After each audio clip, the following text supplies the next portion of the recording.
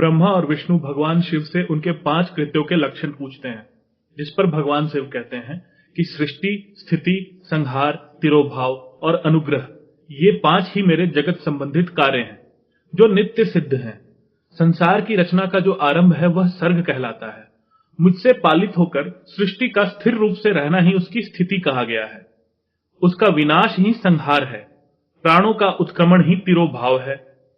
इन सब से छुटकारा मिल जाना ही मेरा अनुग्रह है। मेरे इन 5 कृत्यों को पंचभूत चुपचाप वहन करते रहते हैं। सृष्टि, स्थिति, संहार और तिरोभाव ये संसार का विस्तार करने वाले हैं। 5वां कृत्य अनुग्रह, यह मोक्ष का कारण है।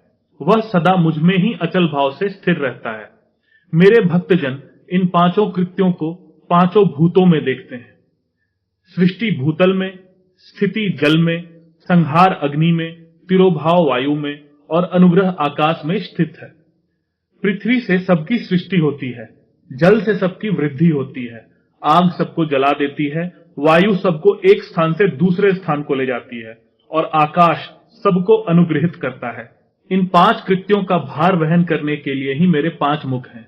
4 दिशाओं में 4 मुख हैं और इनके बीच में 5वां मुख है। तुम दोनों ने तपस्या करके मुझसे सृष्टि और स्थिति नामक 2 कृत्य प्राप्त किए हैं। ये दोनों तुम्हें बहुत प्रिय हैं। इसी प्रकार मेरे विभूति स्वरूप रुद्र और महेश्वर ने 2 अन्य उत्तम कृत्य संहार और तिरोभाव मुझसे प्राप्त किए हैं, परंतु अनुग्रह नामक कृत्य को कोई भी नहीं पा सकता। उन सभी पहले के कर्मों को तुम दोनों ने समयानुसार भुला दिया। रुद्र और महेश्वर अपने कर्मों को नहीं भूले हैं, इसीलिए मैंने उन्हें अपनी समानता प्रदान की है। वे वेश, रूप, कृत्य, वाहन, आसन और आयुध आदि में मेरे समान ही हैं। मेरे ध्यान शून्य होने के कारण तुम दोनों में मूढ़ता आ गई है। तुम दोनों अभिमानी हो चुके हो। इसीलिए मेरे ज्ञान की सिद्धि के लिए मेरे ओंकार नामक मंत्र का तुम दोनों जप करो। यह अभिमान को दूर करने वाला है। पूर्व काल में मैंने अपने स्वरूपभूत मंत्र का उपदेश किया है, जो ओंकार रूप में प्रसिद्ध है। वह मंगलकारी मंत्र है। सबसे पहले मेरे मुख से ओंकार, ओम प्रकट हुआ, जो मेरे स्वरूप का बोध कराता है। ओंकार वाचक है और मैं वाच्य हूं। यह मंत्र मेरा स्वरूप ही है। प्रतिदिन ओंकार का निरंतर स्मरण करने से मेरा ही सदा स्मरण होता रहता है। पहले मेरे उत्तरवर्ती मुख से अकार, पश्चिम मुख से उकार, दक्षिण मुख से मकार, पूर्ववर्ती मुख से बिंदु तथा मध्यवर्ती मुख से नाद उत्पन्न हुआ। इस प्रकार 5 अवयवों से युक्त होकर ओंकार का विस्तार हुआ है। इन सभी अवयवों से एकीभूत होकर वह प्रणव अर्थात ओम नामक एक अक्षर हो गया। यह नाम रूपात्मक सारा जगत तथा वेद वर्णित स्त्री पुरुष वर्ग रूप दोनों कुल इस प्रणव मंत्र से व्याप्त हैं। यह मंत्र शिव और शक्ति दोनों का बोधक है। इसी प्रणव से पंचाक्षर मंत्र की उत्पत्ति हुई है, जो मेरे सकल रूप का बोधक है। वह अकारादि क्रम से और नकारादि क्रम से क्रमशः प्रकाश में आया है। ओम नमः शिवाय। इस पंचाक्षर मंत्र से मातृका वर्ण प्रकट हुए हैं, जो 5 भेद वाले हैं। उसी से शिरो मंत्र तथा 4 मुखों से त्रिपदा गायत्री का प्राकट्य हुआ है। उस गायत्री से संपूर्ण वेद प्रकट हुए हैं और उन वेदों से करोड़ों मंत्र निकले हैं।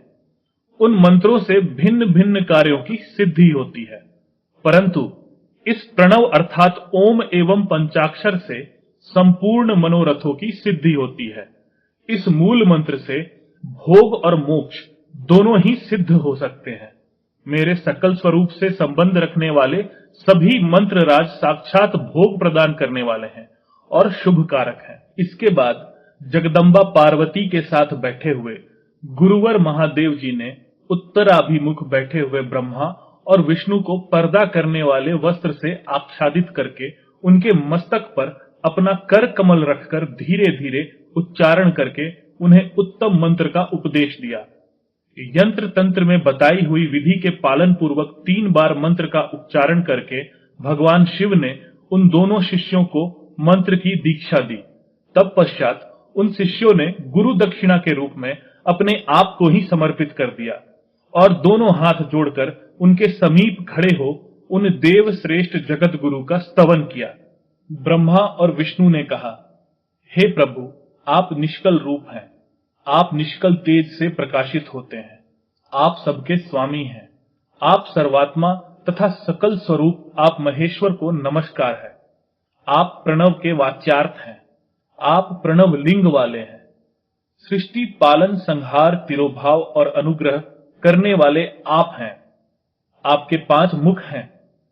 पंच ब्रह्म स्वरूप 5 कृत्य वाले आप ही हैं। आप सबके आत्मा हैं, ब्रह्म हैं। आपके गुण और आपकी शक्तियां अनंत है। आपके सकल और निष्कल 2 रूप हैं। आप सद्गुरु एवं शंभु हैं।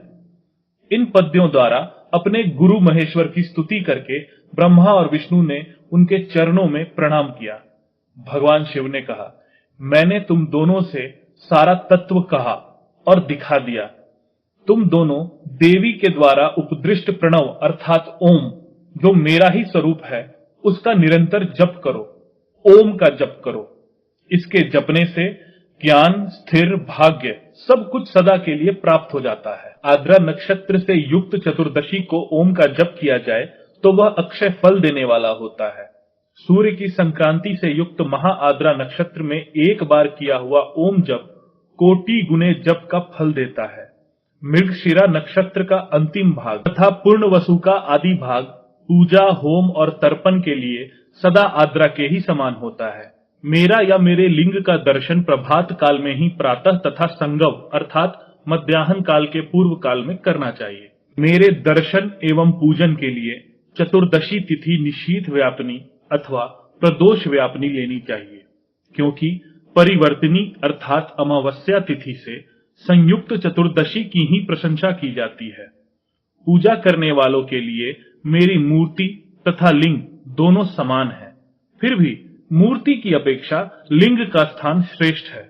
इसलिए मुमुक्षु पुरुषों को चाहिए कि वे मूर्ति से भी श्रेष्ठ समझकर लिंग का ही पूजन करें। लिंग का ओंकार मंत्र से और मेरी मूर्ति का पंचाक्षर मंत्र से पूजन करना चाहिए। शिवलिंग की स्वयं ही स्थापना करके अथवा दूसरों से भी स्थापना करवाकर उत्तम द्रव्यमय उपचारों से पूजा करनी चाहिए। इससे मेरा पद सुलभ हो जाता है।